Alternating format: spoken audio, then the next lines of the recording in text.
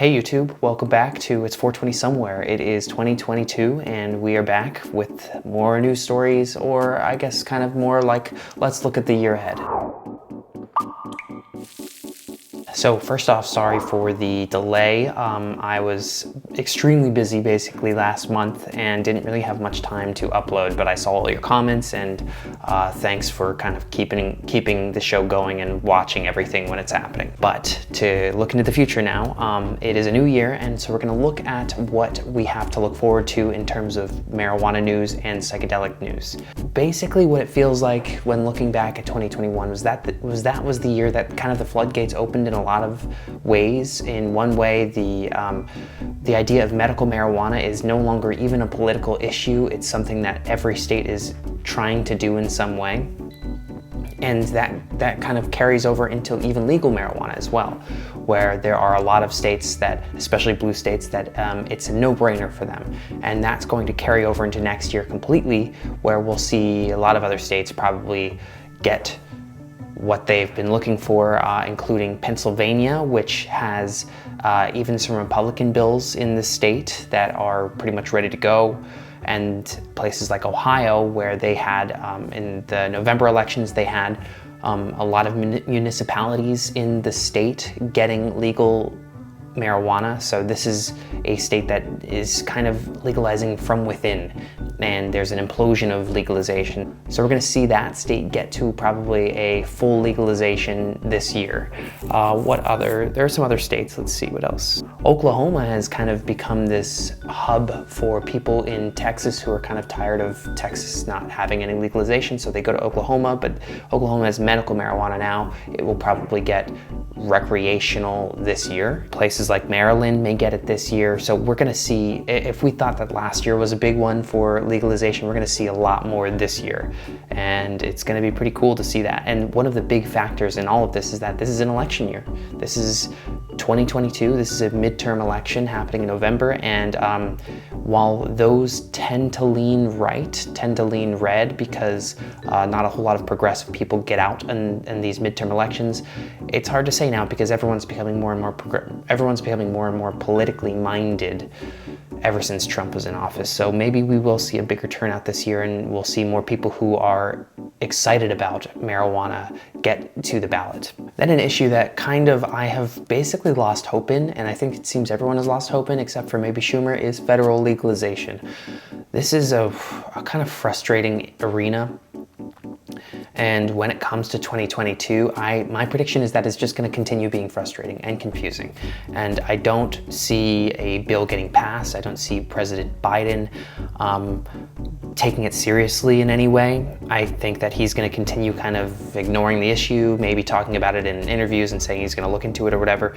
But I don't think he's going to be the president that is going to legalize marijuana at a national level. So we're going to continue just looking at the states to do that for him. There is, of course, that Republican bill that came out late last year from Senator Nancy Mace, which is a really good compromise between the Republican skeletal view of marijuana legalization and the Democrat view, which is like social equity and a lot of other things tacked along to it. This bill by Nancy Mace would kind of be really nice in between. I don't see it going forward because I think the Democrats kind of want to own this. They want marijuana legalization to be their thing.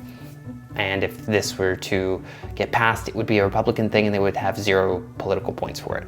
So unfortunately, I think it comes down to politics, and I think federally, almost everything comes down to politics. So I guess I'm sounding rather pessimistic and jaded in terms of federal politics, but that's how it is. And let's just ignore these legalization bills happening on a federal level and get excited about Maryland and Ohio and Pennsylvania and all those things that might happen this year. Okay, then let's turn to psychedelics, because psychedelics is following a similar trend of marijuana, but it's probably about 7 or 8 years behind.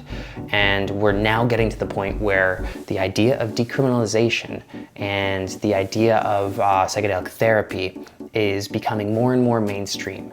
And this year, I think it's going to completely switch into this arena where it's not just some cities like Santa Cruz or Denver or some progressive states like Oregon talking about decriminalization. It's going to be everybody talking about decriminalization.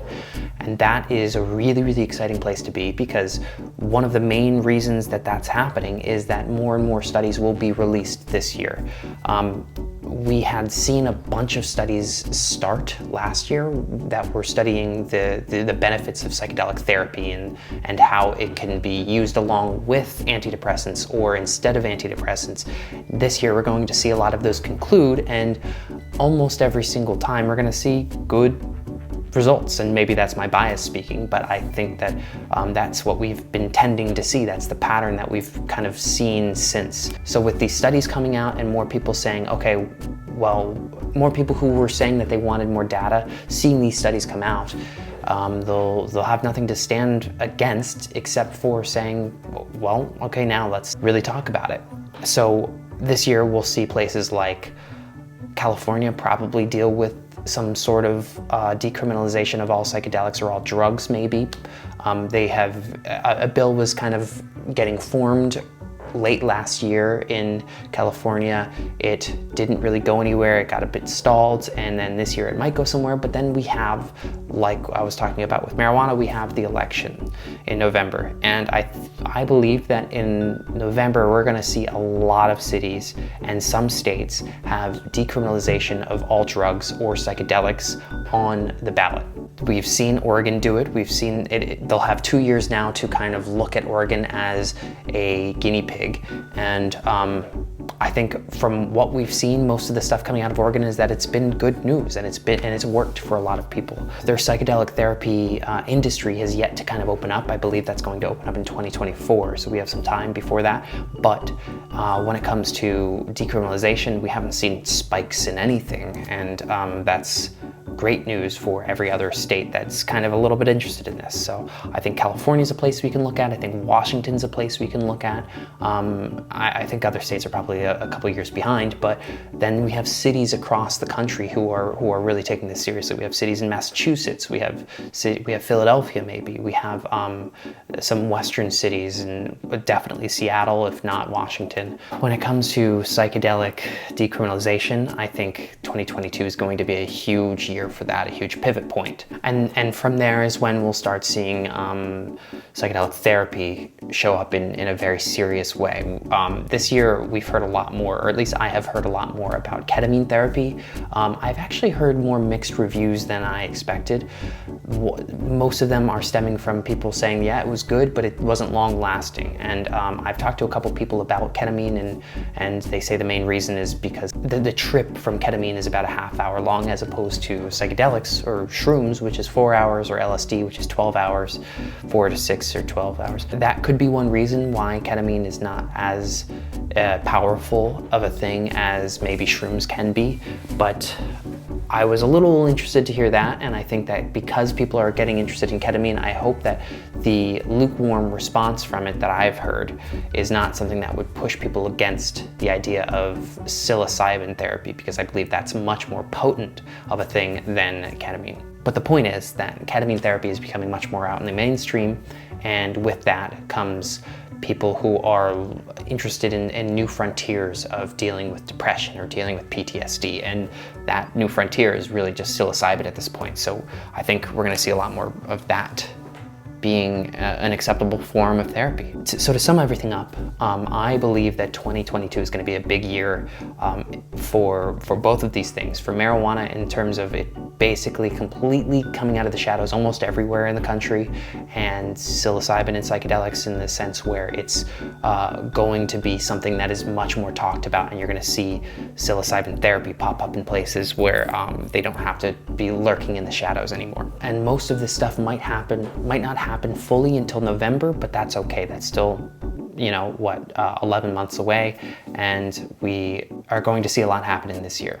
I hope to be doing the same thing in 2023 and basically say there's no more news because it's all out there. We'll see. But that's it for today. We'll be back later this week. I'm still trying to figure out my new schedule because I think 3 a week was a little too much, and I want to put more time into these episodes, and I want to start bringing people in to interview, and I want to make them a little more interactive and go outside of my little living room here. So I will be back, that's for sure. And we'll see you guys next time for more marijuana news.